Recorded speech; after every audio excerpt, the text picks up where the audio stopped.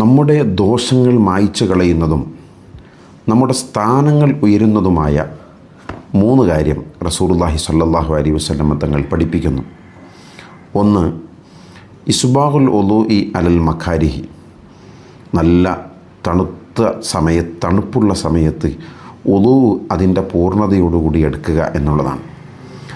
രണ്ടാമത്തത്, പള്ളിയിലേക്ക് ജമാഅത്തിന് വേണ്ടി കൂടുതൽ നടത്തം അവലംബിക്കുക എന്നുള്ളതാണ്. എത്ര കൂടുതൽ നടന്നുകൊണ്ട് പള്ളിയിലേക്ക് പോകാനും തിരിച്ച് വീട്ടിലേക്ക് വരാനും, നമുക്ക് എത്ര കണ്ട് ജമാഅത്തിന് വേണ്ടി പള്ളിയിലേക്ക് നടന്നു പോകാനും വരാനും കൂടുതൽ നടക്കുന്നുണ്ടോ അത്രയും നമ്മുടെ ദോഷം പുറത്തു കിട്ടാനും സ്ഥാനം ഉയരാനും കാരണമാണ്.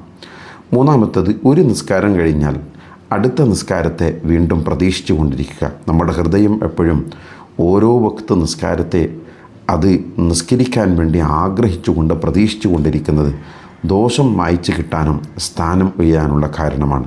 വിശുദ്ധ റമളാൻ അതിനു വേണ്ടി ഉപയോഗപ്പെടുത്താൻ നമുക്ക് കഴിയട്ടെ. അസ്സലാമു അലൈക്കും.